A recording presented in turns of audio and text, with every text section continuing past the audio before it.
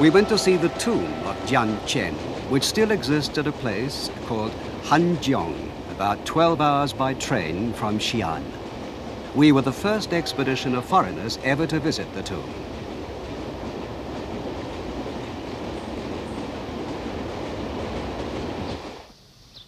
Jiang Chen's mission ended in failure, for the emperor of Yue Shi had no interest in an alliance with China. Jiang's journey took him 13 years, and he was twice taken prisoner by the Huns. All of his followers were lost, and when he finally returned to Chang'an, he only had Gan Fu with him, and they were both in a miserable state.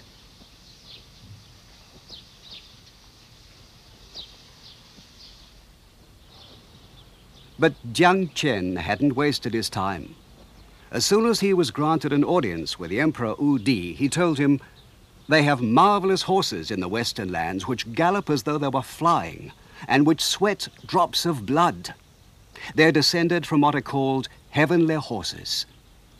The Emperor Wu Di was fascinated at the description of these wonderful horses.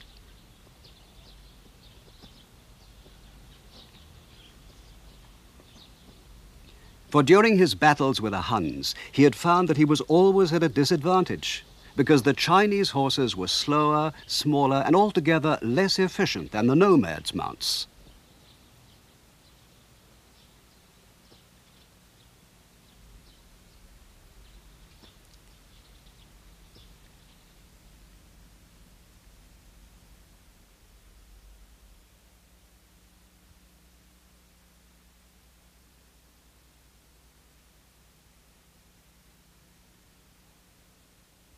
This is the Maoling Museum, near the tomb of the Emperor Wu Di. Here we saw statues of Huns being trampled underfoot by Chinese on the horses that sweat blood.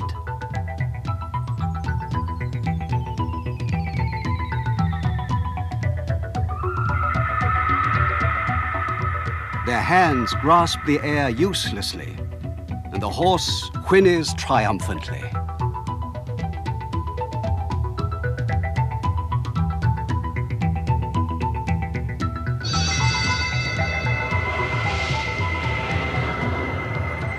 After he had obtained some of the famous Western horses, the Emperor Wu Di organized a campaign against the Xiongnu.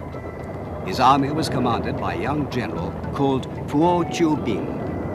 Handling his new cavalry skillfully, young General Puo fought and won battle after battle with the mounted armies of the Xiongnu.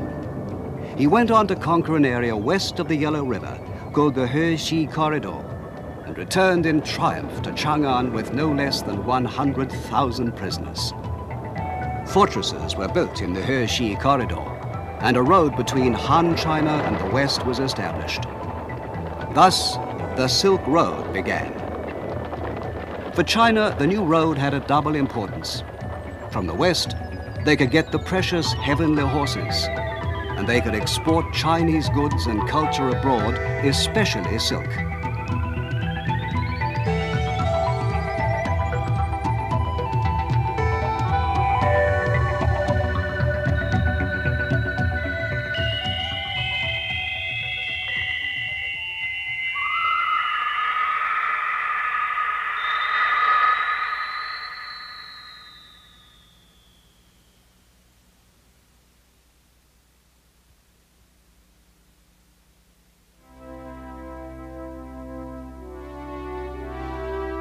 "50 miles west of Xi'an lies the largest tomb in China, perhaps the largest tomb in the world.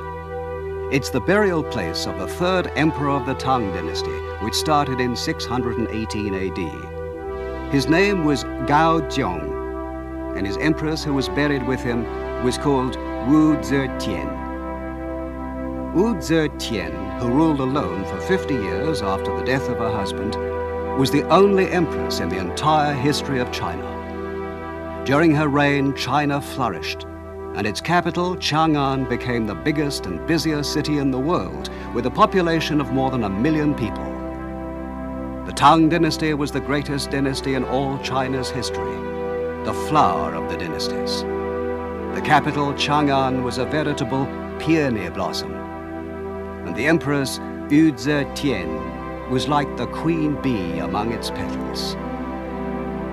This tomb, called Qianling, was built into a mountain 1,048 meters high, or 3,000 feet, and it represents a peak in China's history.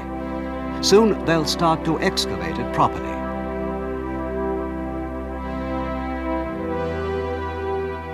On the road to the tomb are many stone figures who look like servants waiting to serve a master.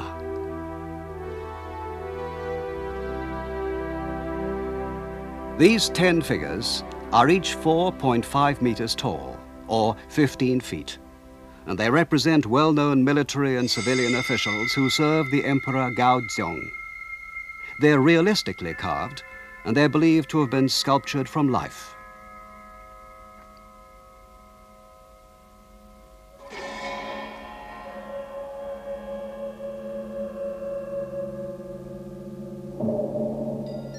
There are also figures of animals, such as lions, standing guard. The winged figures are typical of the style of the Western lands.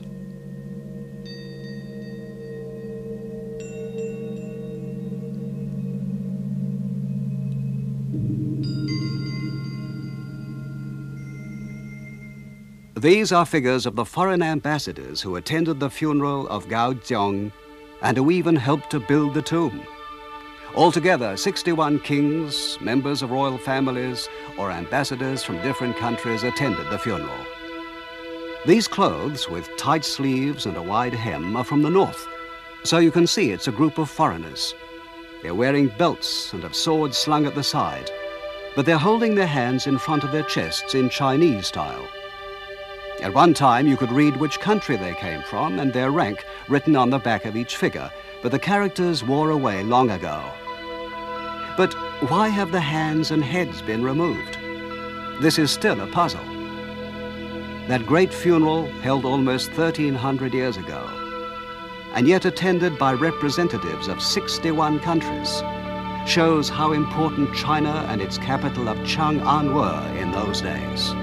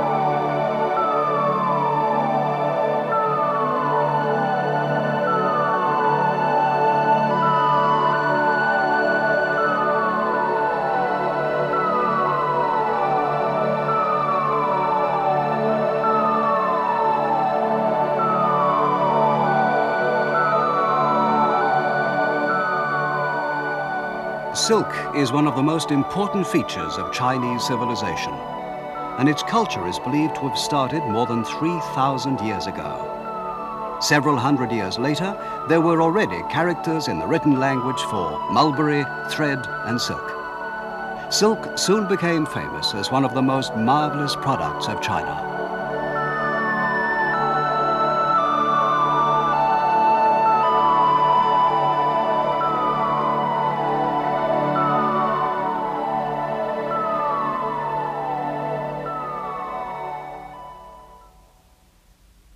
This is the tomb of Princess Yongtai, near the Qianling Mound.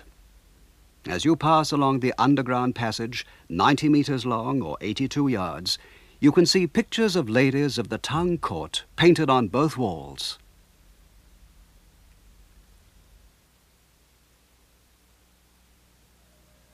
The silk that drapes these ladies was described by a poet of the Tang dynasty.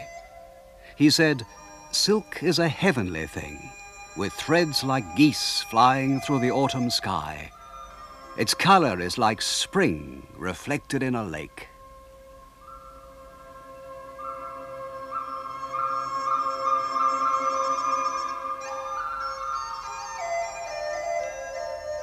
These ladies are playing with flowers in a garden.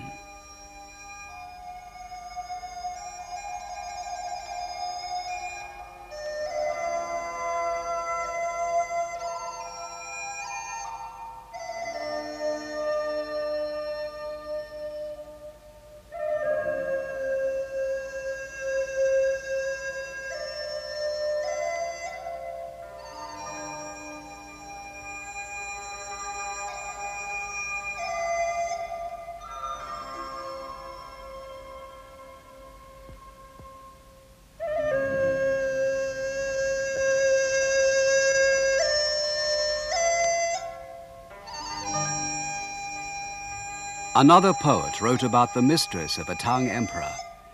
Her smile brings 100 charms to her eyes, and her beauty has the fragrance of the 6 shrines.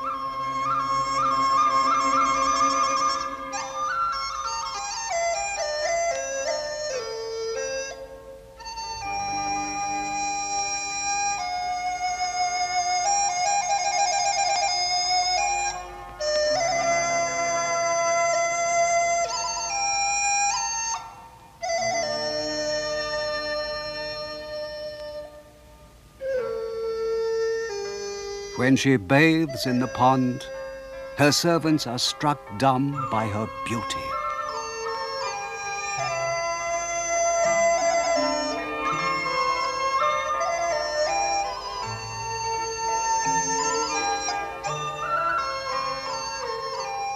"3,000 lovely maidens serve the emperor, but he has eyes for only her."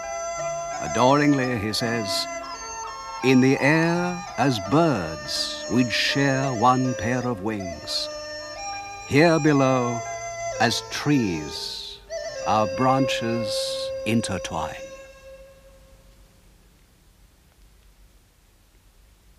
This wall dates only from the Ming dynasty, but 700 or 800 years before it was built, the Tang city was 8 times as big and measured 10 kilometers by 8 kilometers, or 6 miles by 5 miles. It was the biggest city in the world, bigger even than Baghdad in the west. Inside the city walls were markets, where business was done by traders from all over the world.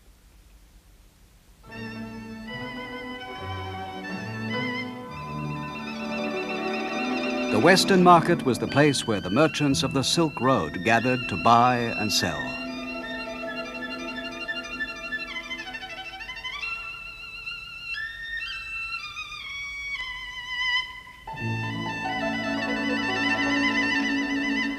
The Western Market had other attractions, including music. Entertainment was provided by the hospitable Chinese for the merchants who had endured the hardships of the Silk Road.